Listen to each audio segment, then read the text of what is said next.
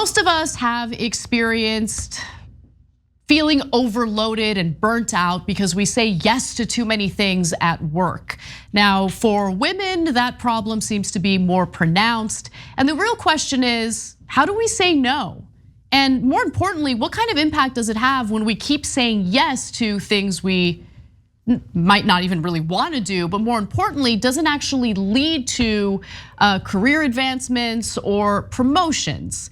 Here to talk to us about that is Lisa Vesterlund, who is the co-author of a wonderful book titled The No Club, Putting a Stop to Women's Dead-End Work.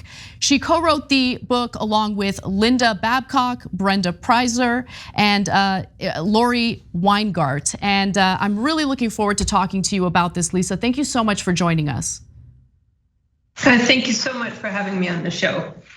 So I had the privilege of reading the book before it was out, available for others to buy. And it came at a time when I personally was feeling a little overwhelmed because I was finding myself saying yes to all sorts of things that it's like this pressure that I was putting on myself to say yes, and also a fear of what might happen if I say no. And I want to kind of get to the bottom of what inspired you and your co-authors to write the book, because you kind of got together and you realized you had a similar problem. All of you shared this similar problem with your workloads. And so talk to me a little bit about that before we get into what non-promotional tasks are.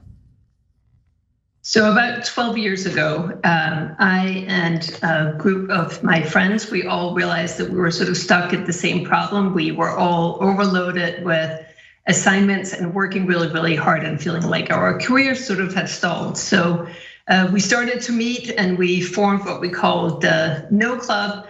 And part of the reason why we called it the No Club was that we realized that the assignments that were keeping us so busy were assignments that really weren't core to our jobs. So we sort of vowed to start saying no to all these assignments.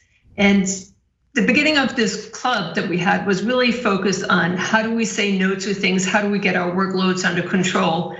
And gradually we began to understand that it wasn't really just a problem that we were having, rather it was a problem that lots of women were having as well. And when you were saying, and that you had a hard time sort of saying no, part of the reason why we have a hard time saying no is that everybody expects us to say yes. So it's very hard to say no when everyone expects you to come forward with a yes.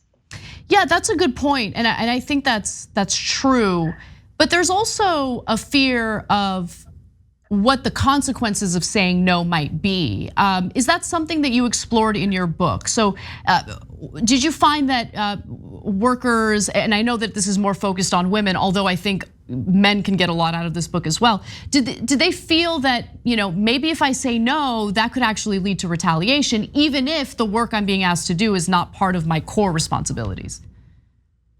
No, absolutely. So indeed, it turns out that if a woman says no, she's perceived very negatively, whereas a man who says no is not perceived negatively. So it is challenging for women to say no to these things because the consequences of saying no can be quite severe. They will be seen as not being a team player. They will be seen as, some of the words that are attached to women who say no are even more severe. So because of these collective expectations, it's hard for women to sort of fix this problem on their own.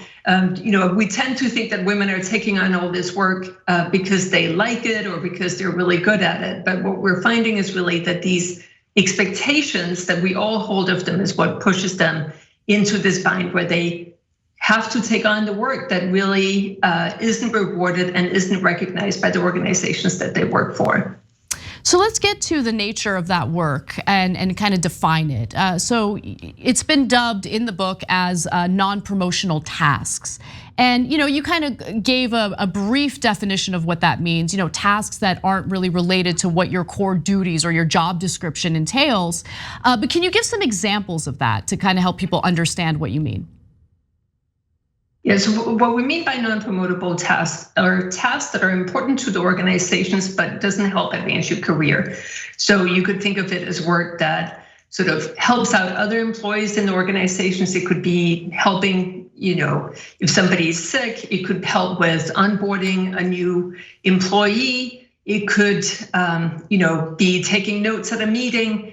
So it's a lot of work that sort of keeps the wheels turning within the organization, but tends to be not directly linked to the mission of the organization, tends to be invisible, and typically is work that lots of people can do, not just you. So it doesn't use your specialized skills, which is why you get very little recognition for it. And what are the ramifications of saying yes? I mean, we think about the possible retaliation or the ramifications of saying no, but what kind of impact does it have on someone who continues to say yes to this non-promotable work? The consequences for women are very severe. So what we're finding is that women in every single organization we've looked at are doing more of this work than men. If you are a TSA worker, supermarket clerk, architect, engineer, working in academia, this is showing up everywhere. And it is showing up in hours that are much greater than most of us expect. So we work with a professional services firm where we found that women were spending 200 more hours per year on non-promotable work than their male colleagues. So the ramifications are very severe, both in terms of pay and in terms of advancement, but also in terms of sort of overall stress and loss of confidence. We keep talking about how women are more burned out than men, and we sort of focus on the demands from the home. But what we're seeing is that the demands from work are very excessive, both because women either end up working many more hours to find room for the non-promotable work, or that they end up with this imbalance where they really don't get rewarded and recognized for their talents. And are there, because as I think about it, are there possible upsides to saying yes to non-promotable tasks? For instance, maybe one positive outcome is as you say yes to these tasks, you show that you're dependable, people can rely on you. Are there ever any positive outcomes or positive benefits to saying yes to work that isn't necessarily gonna get you promoted? Absolutely, everybody. So that's a great question, because everyone has to do some non-promotable work. In any organization, there's going to be work that isn't anybody's particular responsibility. So everyone has to step up to do some non-promotable work. And if you do none, you're likely to get fired. The concern is just that you don't want to do too much. So saying yes is beneficial to a certain extent. It can also be beneficial because it can sort of connect you to other people. It can give you skills that you then can use elsewhere for more promotable work. The challenge is just that oftentimes when women start doing these non-promotable tasks, they don't just do them once. It may help to do the holiday party once, but if you do it multiple times, whatever skills you might acquire will have very strongly decreasing returns. So there are benefits to saying yes to some non-promotable work. What we're seeing, however, is that women are just saddled with far too much non-promotable work. And it really means that they never get the same opportunities for demonstrating their skills within the organization. And that's harmful to the women, but it's also harmful to the organizations who presumably want to promote and advance the employees who are best at the work, rather than the ones who are sort of least reluctant to help out and take on the work that the organization really needs. And really the negative ramifications aren't limited to what women experience in the workplace. It also has an impact on their personal lives as well. Can you talk about that? Yeah, so it has very negative consequences on your work life. So I myself was working far too many hours to try to fit in all the non-promotable work.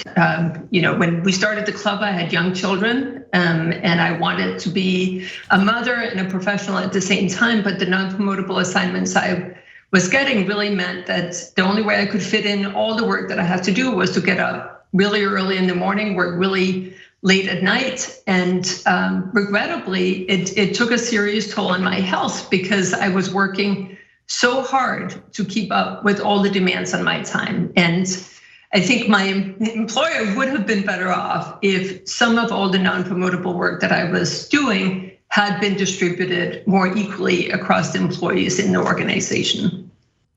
And you gave some examples of professionals, like professional careers that certainly experience this in the workplace. Most of those are white collar jobs. Are your findings also applicable to individuals working in blue collar jobs, whether it be in manufacturing, maybe individuals working in, let's say, the service industry? What were your findings when it came to those types of jobs? So as I mentioned, this is a phenomenon that shows up everywhere. Indeed, many of our examples are from white collar jobs, but everywhere you look, you will see that women are taking on more of this work. So a great example is looking at a study that was done on supermarket clerks, where the females tend to be put at the checkout line, whereas the males get the experience of working around the store. And what that means is that the women don't get the same experience around the store and can't get promoted later on. If we look at TSA workers, what we're seeing there is that women more than men are put on pat downs, which means that they, once again, are sort of relegated to one particular task and don't get the experience that helps them advance. In any job that you're in, women more than men are given the assignment of helping new employees come in and get familiarized. Women more than men are being asked to help new employees get situated. And it takes time away from the core tasks that they have, which means that they will get promoted and compensated less than their male colleagues.